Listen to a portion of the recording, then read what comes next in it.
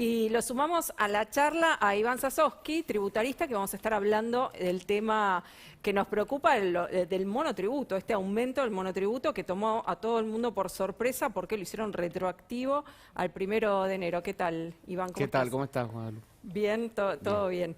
Bueno, contanos un poco cómo es esto, explicar, porque hay gente que no entiende de dónde le viene, que dice, yo vengo pagando bien todos los meses y ahora resulta que tengo una deuda. A ver, este es un desfasaje y de una inacción del Estado, de alguna forma, porque se aprobó una ley que obviamente actualizó los valores del monotributo, tanto lo que se paga de cuota como de alguna manera los parámetros que te permiten estar dentro del régimen. Esto se hizo en el Congreso con una ley que establece que estos valores van a estar vigentes desde el 1 de enero. El gobierno, a través de la AFIP, se tomó 5 meses para reglamentar esta puesta en marcha de la ley y eso hizo que, al hacerse retroactiva, porque la ley es retroactiva al 1 de enero, obviamente se generen diferencias. Y la AFIP lo que planteó es, bueno, estas diferencias que se generaron las pueden pagar hasta en 20 cuotas a través de un plan de facilidades, pero claramente esta falta de empatía por parte del Estado con cada uno de los pequeños contribuyentes habla de la desconexión que hay entre políticos y la realidad, Iván, ¿no? El año pasado el aumento fue mayor, fue del 51, pero se hizo en tiempo y forma, ¿no? Entonces Exacto. Acá hay una inacción por parte del Estado, que a su vez son trabajadores esenciales, pero que no trabajaron en el momento en el que se los necesitaba para poder actualizar esta norma.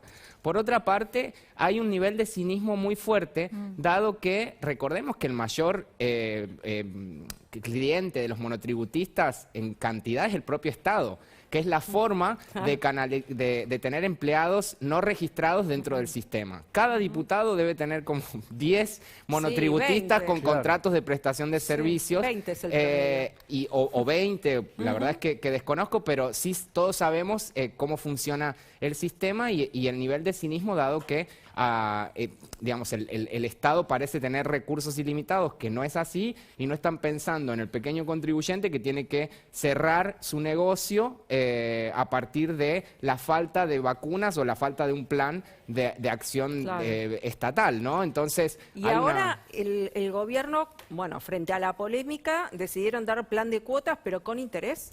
Sí, en principio sí, hay plazo para pagar en el mes de junio, regularizar sin interés y después con interés ese plan de pagos. Es curioso, ¿no? Perdóname, porque el plazo para regularizarse creo que es hasta el 25, pero el gobierno se tomó, ¿cuánto? 6 meses, 5 meses para... Claro, y ahora tenemos que pagar nosotros los intereses por la demora siendo ellos trabajadores esenciales. Yo creo que esto, ¿por qué los incomoda de alguna manera? Porque está tocando al pequeño contribuyente, pero nadie se hace cargo que la suba de impuestos es una constante, tanto del gobierno actual como de la oposición. Recordemos que esta ley también fue aprobada por la oposición y la ley planteaba que era retroactivo al 1 de enero. Al no establecer un régimen de aplicación directa y darle la reglamentación al gobierno nacional, ahora varios dirigentes de la oposición tratan de despegarse de este tema del monotributo porque es muy poco simpático ver a los monotributistas que se están muriendo porque no pueden trabajar, quejarse de esto. Es antipático, entonces todo el mundo empieza a querer mostrar diferencia. Pero esta ley la votaron por unanimidad en el Congreso. Tan difícil es reglamentar. ¿Por qué esto estaba incluido en extraordinarias, no se trató? ¿Cuál es tu...? ¿Por qué vos y porque crees hay otras prioridades, ¿no? Yo creo que la suba de impuestos es una constante, porque el propio sector público necesita exprimir al sector privado, que ya no da más. Yo creo que hasta ahora el gobierno manejó el tema de la suba de impuestos de una manera bastante tranquila. Fíjense que en Colombia aumentaron dos impuestos irrelevantes. Uno que era un impuesto a los sepelios y se generó una rebelión por parte de la población y acá parece que nada tiene sentido. Pero acá pasa algo peor.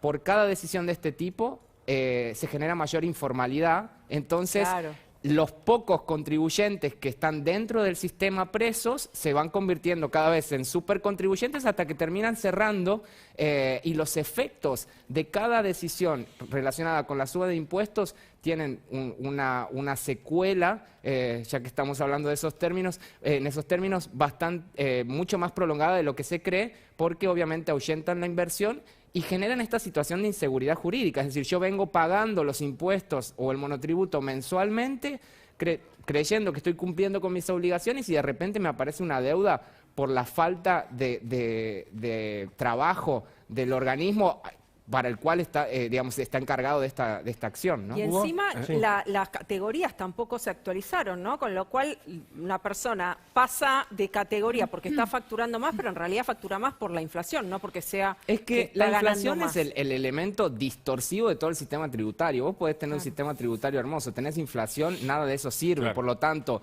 no solo el monotributo, el impuesto sobre los bienes personales, recordemos que en su momento había nacido como el impuesto a la riqueza que ahora tanto se habla, y el mínimo disponible eran $100.000 y ahora son 2 millones de pesos, con lo cual, digamos, eso marca que la inflación es un elemento tan distorsivo y termina pegando de lleno en los que menos tienen, con lo cual cuando a mí me hablan de un gobierno que piensa en los pobres y no soluciona el tema de la inflación, claramente nos está mintiendo en la cara.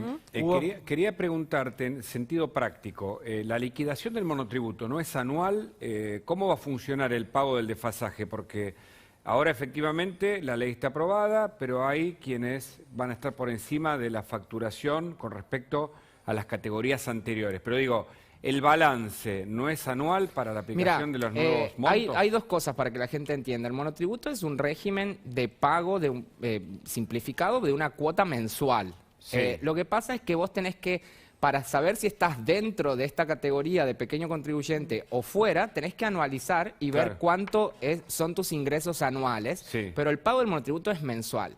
¿Qué pasó? Como no se habían actualizado en tiempo y forma, es decir, no coincide el mes de diciembre con el cierre del monotributo al mes de diciembre, cuando se aprueba la ley se incrementó la facturación por un índice que no tiene que ver con la inflación. Ese índice fue del 35%. El haber mínimo de jubilados, ¿no? Exacto. Que no tiene nada que ver con los niveles de facturación ni con la inflación específica, con lo cual ya desde ahí hay excluidos por facturación, porque esto no se actualiza por el precio final que termina vendiendo sus bienes o sus servicios un monotributista, con lo cual ahí ya se genera una injusticia. A partir de que vos determinás la categoría, se establece la cuota que tenés que pagar. Obviamente, al actualizarse ahora en mayo algo que está vigente desde enero, las cuotas, primero el rango de la categoría en la que te corresponde y después el monto de la cuota que tenés que pagar, que aumenta en los mismos términos que el nivel de facturación, quedaron desactualizados y se genera una diferencia por esa cuota no pagada.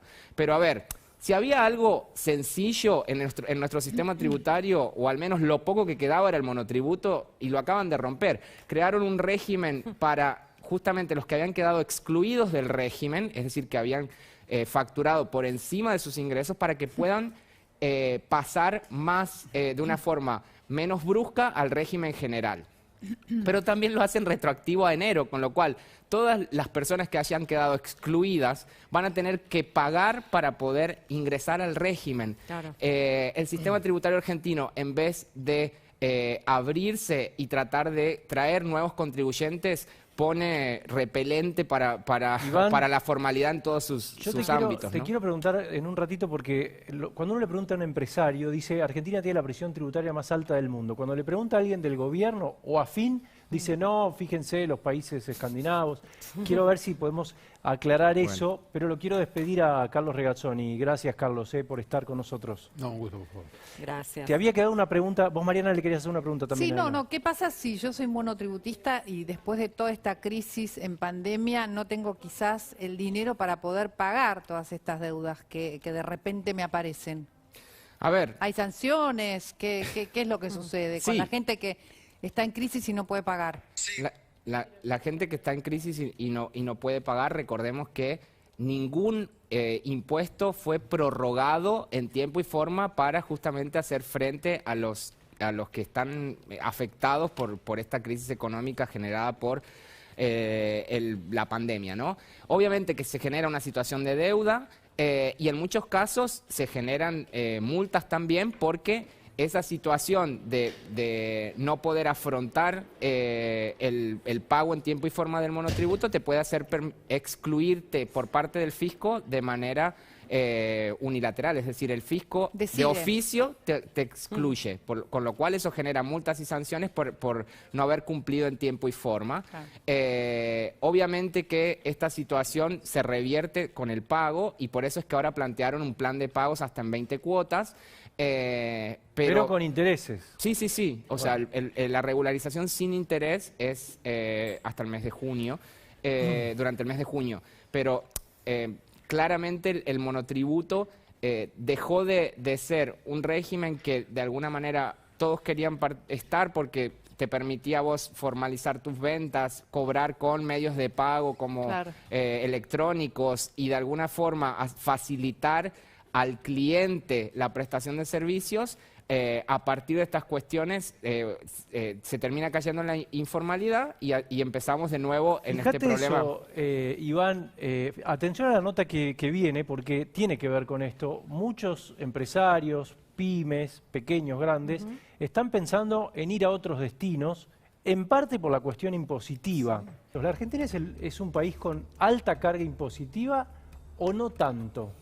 Lo que pasa es que lo que se conocen son promedios y nosotros tenemos la presión impositiva más alta del mundo y del planeta si tomamos en cuenta los que pagamos impuestos. Es decir, si vos mirás, o sea, dividís sobre aquellos que están formalizados, obviamente que teniendo una informalidad del 50%, no hay nadie que nos pueda desbancar de ese podio. Y esto hay que plantearlo así. El famoso promedio. En el promedio de la inundación se ahogan los petizos, dicen. Obviamente, ahí si Claro. logramos compararlo con países desarrollados, obviamente que nosotros estamos por debajo en cuanto a tasa, pero si vemos la cantidad de impuestos que se paga sobre aquellos que están dentro de la economía formal, eso es mucho más grande, sobre todo porque no hay una contraprestación. Recién cuando veíamos la entrevista de España, el Estado salió porque tenía un mecanismo, una reacción por parte del Estado para poder cubrir esa situación. Ustedes no saben las súplicas prácticamente que había que hacer para que se te otorgue un repro o algún tipo de ATP con un montón de condicionamientos cuando lo que se veía era que la empresa necesitaba cobrar eso para poder cubrir determinados gastos. La Argentina se quedó sin esa capacidad de reacción, entonces más allá de la tasa, cuando uno compara con otros países, tenemos que ver qué es lo que nos da el Estado a cambio. Y el Estado argentino a las pymes, o sea, les da nada, y sobre todo cuando hay estas situaciones, se plantean todos desincentivos a la inversión. Hablábamos de la imposibilidad de despedir, la doble indemnización y un mayor costo que lo que hace es que el emprendedor decida de alguna forma hacerlo informalmente, Claro, informalizarse. o no apostar invirtiendo, O lo porque que el hizo sistema Maxi, ¿no? te expulsa, Claro.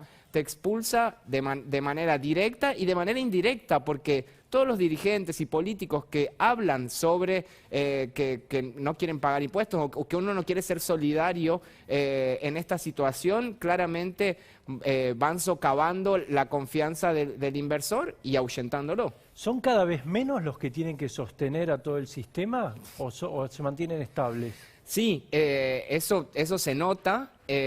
Son cada vez menos, decís vos. Sí, sí, sí, claramente, porque obviamente con el cierre de cada pyme, las personas que quedan despedidas, obviamente que van a tener que ser o absorbidas por el propio sistema privado a través de la contratación de otra empresa, que eso no está pasando, no se está generando empleo, o a través del propio Estado, a través de un subsidio que pueda llegar a recibir por estar desempleado, o terminan siendo empleados públicos directos o indirectos a través del monotributo que hablábamos hoy.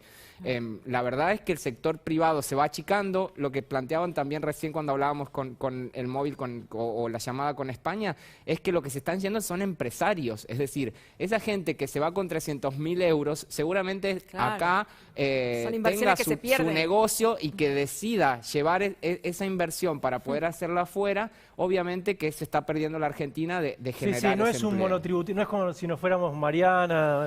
Por eso él planteaba la diferencia. diferencia se está respecto al yendo 2001. Personal calificado y emprendedores. No, y el capital, Y se está yendo empresarios. capital, Claro, por eso. dinero se va, claro. para inversión. Además del capital, digo, también se está yendo mano de obra calificada, ¿no? Totalmente. No como quizás en el 2001 que se iba una persona que quizás no tenía ningún título universitario. Se está yendo gente que se preparó en el país, muchas veces en universidades públicas, financiadas con nuestros impuestos, y se va a ejercer su profesión en el exterior. O sea que se pierde capital financiero y capital humano.